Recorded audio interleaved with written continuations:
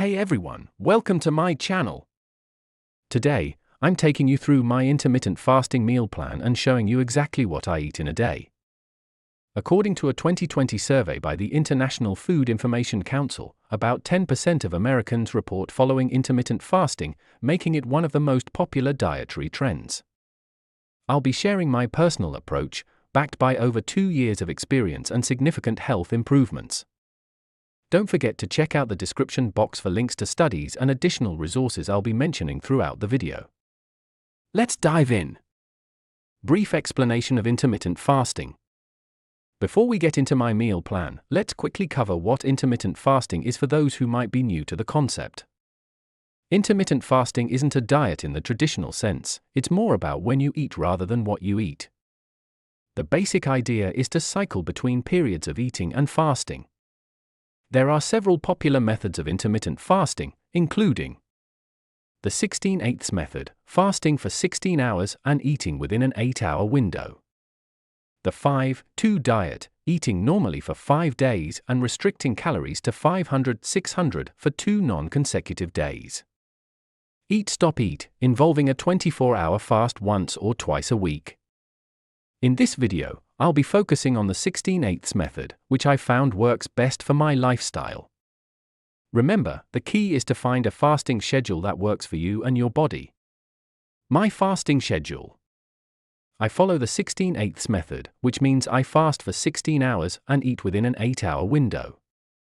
My eating window is typically from 12 p.m. to 8 p.m. This schedule allows me to skip breakfast, have a substantial lunch, enjoy an afternoon snack if needed, and have dinner with my family. Here's a breakdown of my typical day. 8 p.m. 12 p.m. next day, fasting period. 12 p.m. 8 p.m. eating window. During the fasting period, I only consume water, black coffee, and herbal tea. This helps me stay hydrated and manage any hunger pangs, especially in the morning. I chose this schedule because it aligns well with my work and family life. It allows me to have focused, productive mornings and enjoy social meals in the evening. However, it's important to note that this schedule might not work for everyone. Some people prefer earlier eating windows, while others might opt for a shorter fasting period. The key is to find what works best for your lifestyle and stick to it consistently. First meal of the day, breaking the fast. At 12 p.m., I break my fast with a nutrient-dense meal. It's crucial to break your fast with wholesome foods that will nourish your body after the fasting period. Here's what my typical first meal looks like. A large salad with mixed greens, cherry tomatoes, cucumber, and avocado. Grilled chicken breast or baked salmon for lean protein. A small portion of quinoa or brown rice for complex carbs. Olive oil and lemon juice dressing.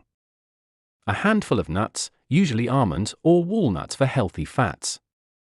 I aim for a balance of protein, healthy fats, and complex carbohydrates in this meal. The protein helps with muscle maintenance and satiety, the healthy fats provide energy and help with nutrient absorption, and the complex carbs give me sustained energy for the afternoon. I also make sure to eat slowly and mindfully. After fasting, it's tempting to wolf down your food, but eating slowly helps with digestion and allows you to really enjoy and appreciate your meal. Snacks or second meal. Around 3 or 4 p.m., I often have a small snack or a light second meal. This helps me maintain steady energy levels throughout the afternoon and prevents overeating at dinner.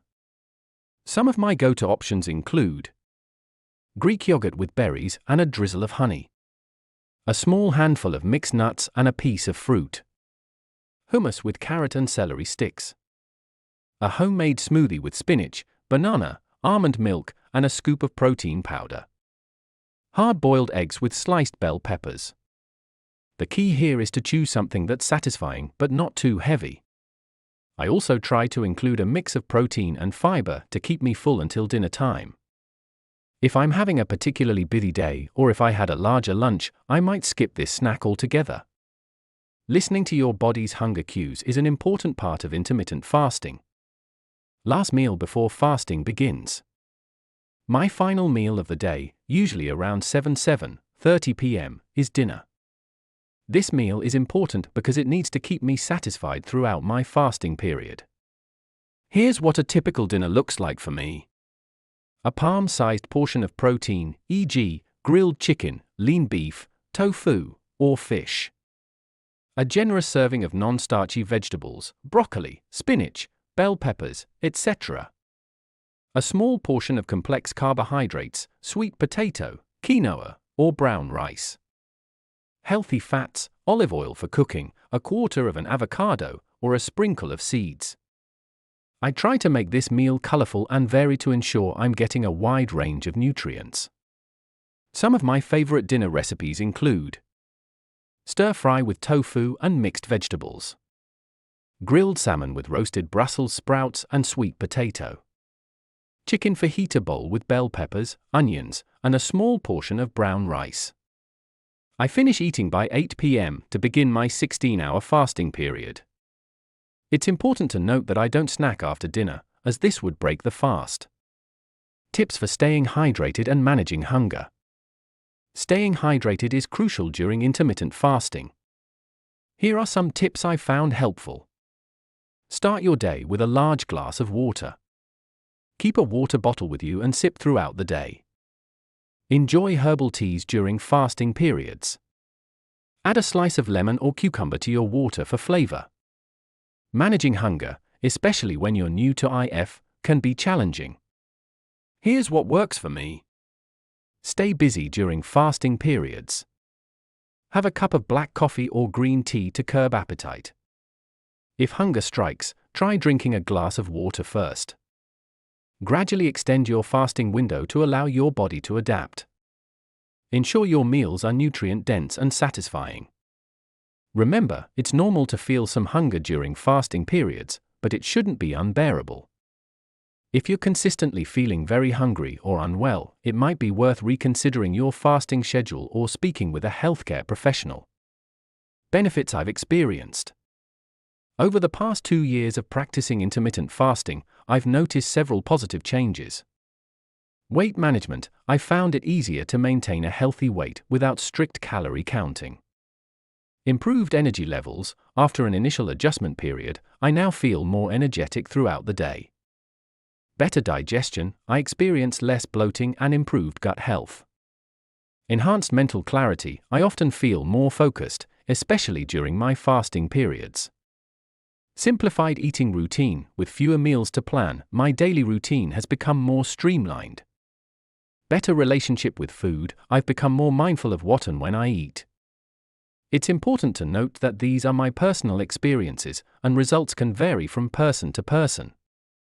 Some studies support these benefits, but more research is needed to fully understand the long-term effects of intermittent fasting. Potential challenges and how to overcome them. While intermittent fasting has been beneficial for me, it's not without its challenges. Here are some common obstacles and how I've dealt with them.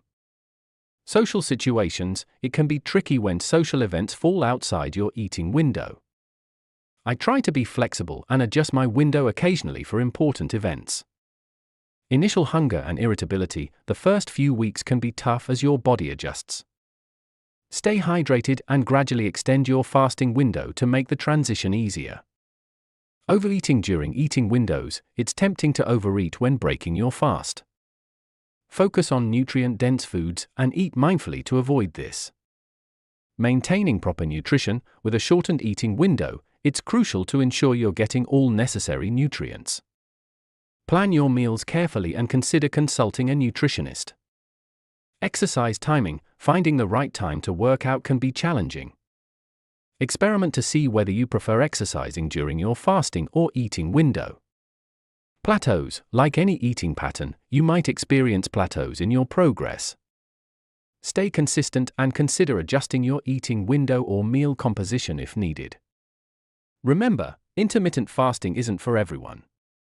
If you have a history of eating disorders, are pregnant or breastfeeding, or have certain health conditions, it's best to avoid IF or consult with a healthcare professional before starting. And there you have it, a detailed look at my intermittent fasting meal plan and what I eat in a day.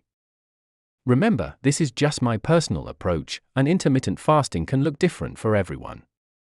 The key is to find a schedule that works for you and to focus on nutrient-dense, wholesome foods during your eating window. If you're considering trying intermittent fasting, I encourage you to do your research and consult with a healthcare professional, especially if you have any underlying health conditions. Start slowly, listen to your body, and be patient as you adjust to this new eating pattern. I'd love to hear about your experiences with intermittent fasting. Have you tried it? What benefits or challenges have you encountered?